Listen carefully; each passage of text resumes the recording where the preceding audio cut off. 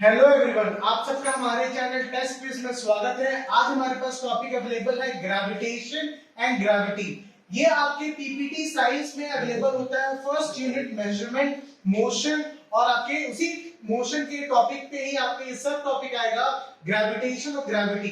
Class start करने से पहले मैं आपको एक बेसिक डिफरेंस बता दूं, ग्रेविटेशन और ग्रेविटी में आपका डिफरेंस क्या होता है। एग्जामिनेशन पॉइंट ऑफ व्यू से क्या होता है, जब भी एग्जामिनर आपके पेपर को इवैल्यूएट करेगा तो हमारे माइंड में सबसे बड़ा कंफ्यूजन ये होता है कि शायद तक दोनों एक ही चीज को डील करता है। नहीं, ग्रेविटेशन और ग्रेविटी दो अलग अलग चीजें हैं जो दो अलग अलग आपके प्लेस में विथहोल्ड करता है। तो चलिए स्टार्ट करते हैं आज की हमारी क्लास, जिसमें हम स्टडी करेंगे ग्रेविटेशन और ग्रेविटी को। तो पहले हम टॉपिक को स्टार्ट करते हैं। हमारे पास पहला टॉपिक आ जाएगा ग्रेविटेशन। तो ग्रेविटेशन को समझने के लिए आप ये ध्यान दीजिए, ग्रेविटेशन जो होता है ये यूनिवर्सल है। ये कैसा आपका ग्रेविटेशन, ये यूनिवर्सल लॉ है। इस यूनिवर्सल लॉ पे आपको क्या डिफाइन किया जाता है ग्रेविटेशन पे, सबसे पहले ये बताया जाएगा कि मान लीजिए आपके पास दो ऑब्जेक्ट अवेलेबल है, या आपके दो ऑब्जेक्ट है। मान लीजिए आपके पास ऑब्जेक्ट ए है या आपके पास ऑब्जेक्ट बी है। अब जो ये दो ऑब्जेक्ट प्लेस है, इसके दो केसेस को आप कंसीडर कर सकते हैं। मैं पहले केस 1 की स्टडी को बताता हूं आपको। जो केस 1 की स्टडी आपकी इन्वॉल्व होगी, उस केस 1 की स्टडी पे ये बोलेगा कि ये दो प्लैनेट हैं। ये जो दो ऑब्जेक्ट आपने मेंशन किए, ऑब्जेक्ट ए और ऑब्जेक्ट बी, एग्जैक्टली ये दो डिफरेंट प्लैनेट हैं। तो मान लीजिए प्लैनेट ए और प्लैनेट बी के बीच में जो एक इंटरमीडिएट डिस्टेंस है, और वो इंटरमीडिएट डिस्टेंस हम कहां से लेंगे, उसके सेंटर से। मतलब प्लैनेट के सेंटर से जब आप डिस्टेंस को मेजर करेंगे, उसको हम कैपिटल आर से डिनोट करेंगे। क्लियर? मान लीजिए प्लैनेट ए का मास है m1 और प्लैनेट बी का मास है m2। मैंने आपको प्रीवियस क्लास में आपको बताया था, आपको अच्छे से याद होगा कि मास और वेट में क्या डिफरेंस होता है। हम अपने डेली लैंग्वेज में बोल देते हैं कि मेरा वेट इतना है, जबकि वेट किलोग्राम में नहीं, मास किलोग्राम में होगा। वेट आपका फोर्स यानी कि न्यूटन पे आएगा जब उसमें आपका acceleration due to gravity act करेगा। क्लियर? तो मैं आपको क्या बोल रहा हूं, आपके पास दो प्लैनेट अवेलेबल है, दोनों r डिस्टेंस से सेपरेटेड है। एक बेसिक एग्जांपल ले लीजिए, ये आपका अर्थ है, ये आपका जुपिटर है, जो करीब करीब 3.4 into 10 to the power of 80 kilometre से डिफरेंशिएटेड है।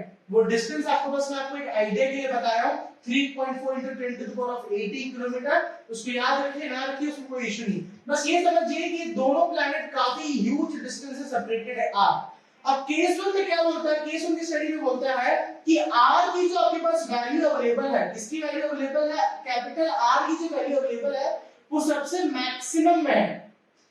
मैक्सिमम कहने का मतलब क्या होगा, आप किसी दो प्लैनेट की बात कर रहे हैं जो एक ही गैलेक्सी में हो, या आप किसी दो प्लैनेट की बात कर रहे हैं वो एक से दूसरे गैलेक्सी की बात की जाए।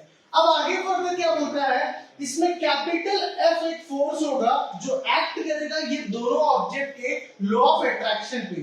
वो कैपिटल F को कैसे डिनोट करेंगे आप, वो डिनोट होगा जैसे कि मान लीजिए यहां पर मैं लिखूंगा FAB। FAB देखिए, सबसे पहले डिफरेंशिएट समझिए कि FAB में और FBA में क्या डिफरेंस होता है। मान लीजिए मैं ये बोल रहा हूं कि A का अट्रैक्शन मतलब A का मास ज्यादा है एज कंपेयर टू B, तो मैं कैसे लिखूंगा, मास mm is much greater then mass m2। तो इस केस में क्या हो जाएगा, आपका जो आपका अट्रैक्शन आएगा, किसके किसके रिस्पेक्ट पे अट्रैक्शन आएगा, जो मास 1, जो पहला ऑब्जेक्ट आपके पास अवेलेबल है, पहला प्लैनेट जो आप अर्थ एज्यूम करके चल रहे हैं, उसमें जो अट्रैक्शन अवेलेबल है वो आपका क्या है, मैक्सिमम है। क्यों मैक्सिमम है, क्योंकि उसका मास मैक्सिमम है। अगर उसका मास मैक्सिमम है तो उससे रिलेटेड जो मैग्नेटिक फील्ड लाइंस उसकी आएंगी, वो मैग्नेटिक फील्ड लाइंस क्या होंगी, वो भी सबसे ज्यादा मैक्सिमम होंगी। या इस केस में हम बोल सकते हैं हाई इंटेंसिटी या high density of magnetic field lines क्या होगी, मैक्सिमम होगी। अगर प्लैनेट ए, या आप बोल सकते हो फर्स्ट प्लैनेट का जिसका मास मैक्सिमम है, उसकी मैग्नेटिक फील्ड लाइंस की density maximum as compared to planet B, तो क्या होगा, इसका अट्रैक्शन इससे ज्यादा होगा। मतलब प्लैनेट ए ज्यादा अट्रैक्ट करेगा प्लैनेट बी को।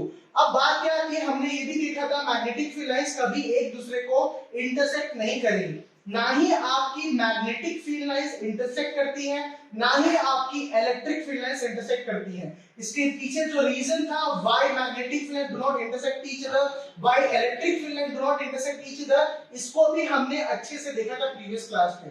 अब मैं क्या बोल रहा हूं, कि इससे रिलेटेड जो आपके पास मैग्नेटिक फील्ड अवेलेबल है और इससे रिलेटेड जो आपके पास मैग्नेटिक फील्ड अवेलेबल है वो क्या बोल रहा है कि प्लैनेट ए क्या हेवियर है as compare to planet B. तो उसको कैसे डिनोट करेंगे आप, इसको आप डिनोट करोगे एफ ए बी से। किससे डिनोट करोगे आप, एफ ए बी से। अब बात क्या आती है, अब बात आती है एफ बी ए की। एफ बी ए कब लिखोगे, जब आपका मैग्नेटिक फील्ड लाइंस इस सेकंड प्लैनेट का मैक्सिमम है as compare to planet one. तो कहने का मतलब क्या हुआ, कहने का मतलब आपसे ये हुआ कि जो भी प्लैनेट की मैग्नेटिक फील्ड है इसकी डेंसिटी या इंटेंसिटी सबसे मैक्सिमम होगी उसका अट्रैक्शन दूसरे के रिस्पेक्ट पे ज्यादा होगा।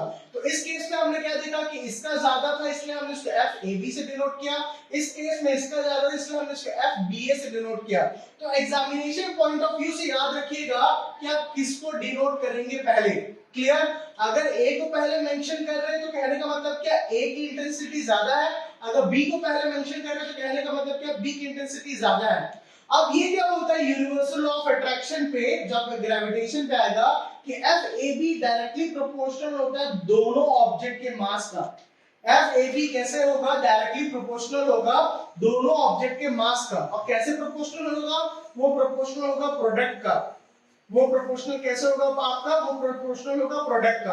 अब आगे फर्दर ये इंक्लूड करता है कि जो आपके पास एक इंटरमीडिएट डिस्टेंस अवेलेबल है, जो आपके पास कौन सा डिस्टेंस अवेलेबल है, इंटरमीडिएट डिस्टेंस अवेलेबल है दोनों प्लैनेट के सेंटर्स का, वो उसका इनवर्सली स्क्वायर प्रोपोर्शनल होगा। वो उसका कैसा होगा, इनवर्सली स्क्वायर प्रोपोर्शनल होगा।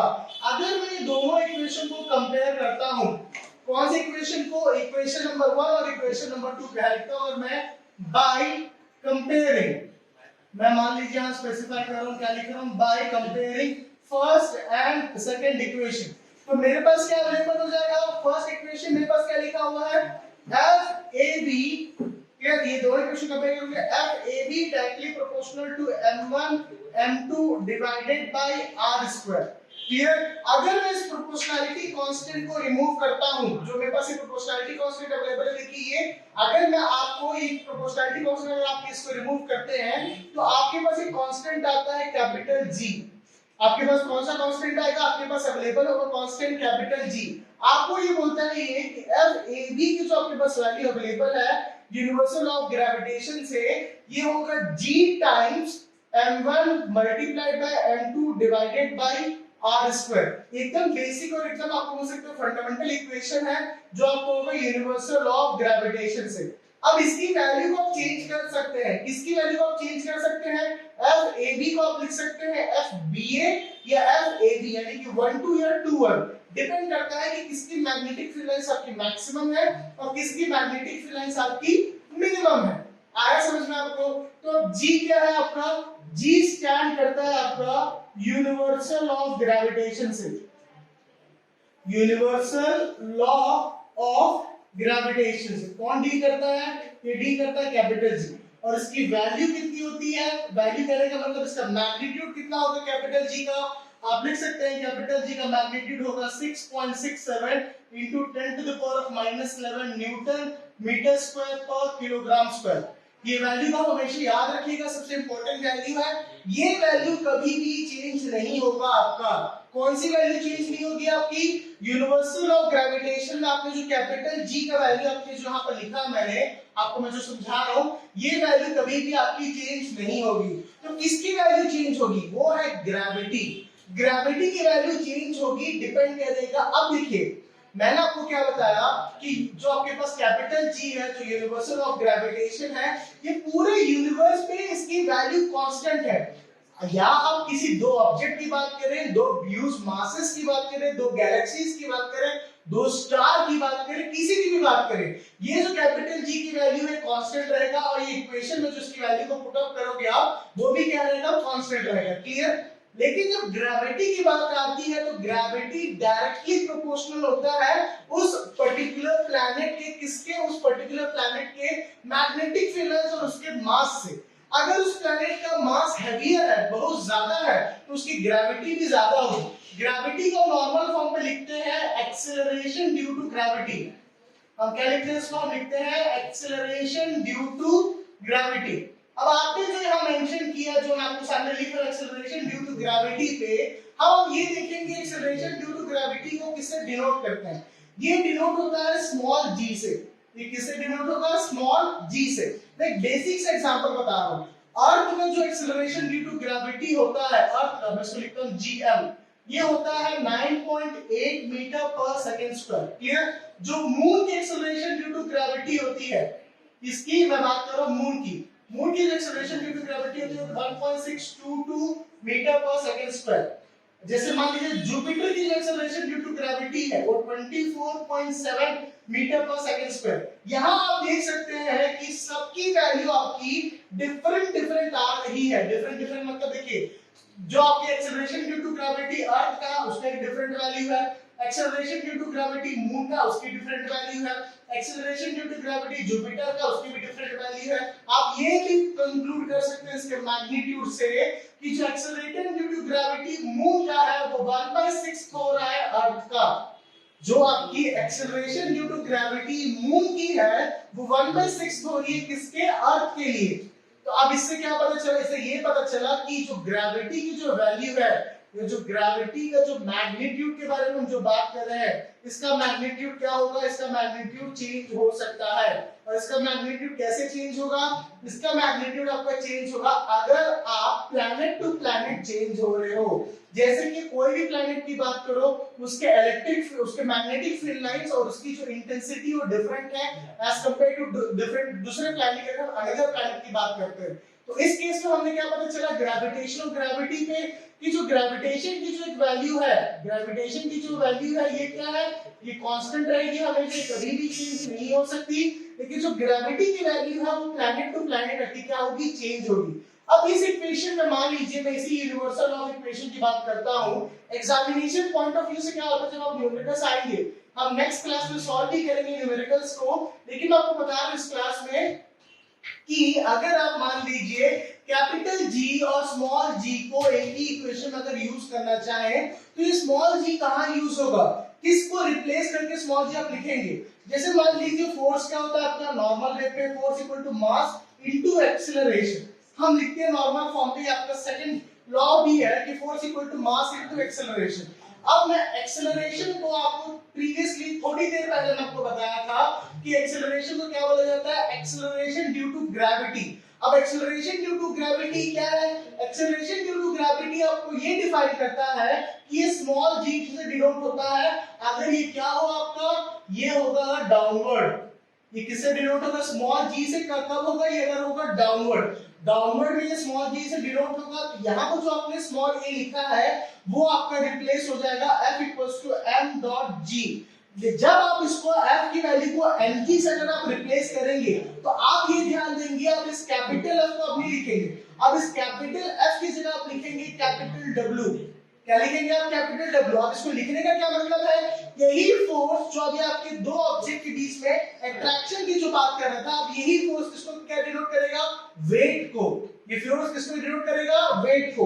ये वेट कब होगा? जब आप इसको mg से रिप्लेस करेंगे। mg से कब रिप्लेस करेंगे? जब यहां पर आप g की वैल्यू को प्लेस करेंगे।